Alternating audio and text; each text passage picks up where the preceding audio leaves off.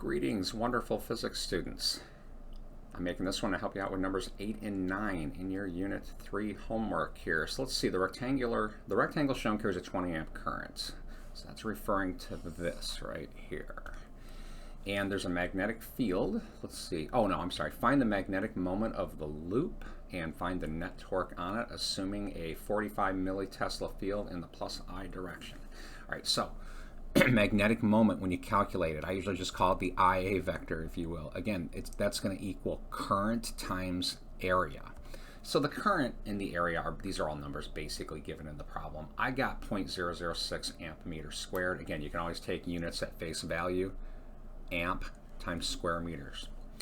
Now, magnetic moment vectors, remember they are always perpendicular to the area. So perpendicular to the area, and if you look at this picture, this thing lies in the XZ plane. That was the intention here anyway. That means that perpendicular is going to be either plus J or minus J direction. Then you tell which one by a right-hand rule. You just kind of, for lack of a better way to put it, take your right hand and align it so that your fingers are like, I like to say, rolling around with the current, I guess, if you will. Your thumb should be pointed up, basically, or in the plus J direction, really is more accurate. And that's where I got the direction for this.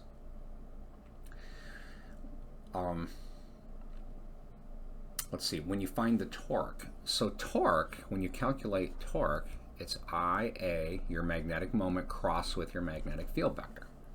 So your magnetic field vector, hopefully you found earlier, I had it written out here, okay? And the magnetic moment vector, that is, not the magnetic field. All right, and then here's the magnetic field vector. So IAB is going to be your magnetic moment, IA times B times sine theta. And again, where the theta is between the magnetic moment vector and the magnetic field. You'll have to decide what that is. Now you also have to give a direction.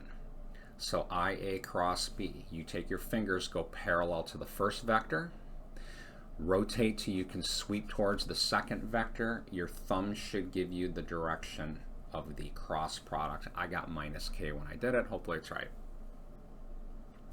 Let's move on and talk about number 8.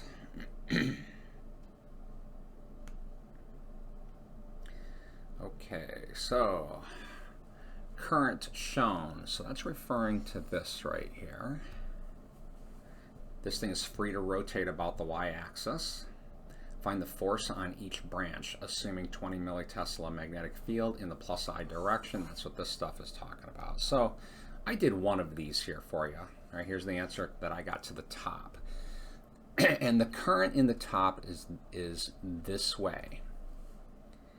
And it's 20 amps. So when you calculate a magnetic force, right, ILB sine theta, or that's IL cross B, given, then you got to decide on this, the theta.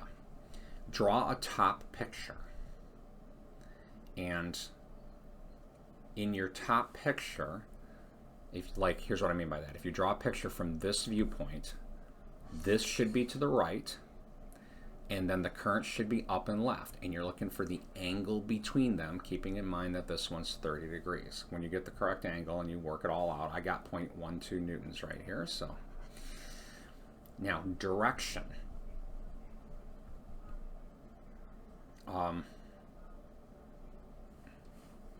When you do your current, you're doing IL sweep towards B. So your fingers go here, rotate till you can sweep towards this. Your thumb tells you the direction of the magnetic force, and I'm going to tell you right now, I got that one wrong. I'm going to have to go back and change that.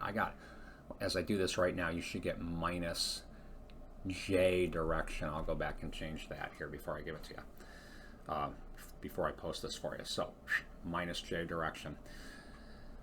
And then repeat for the other three.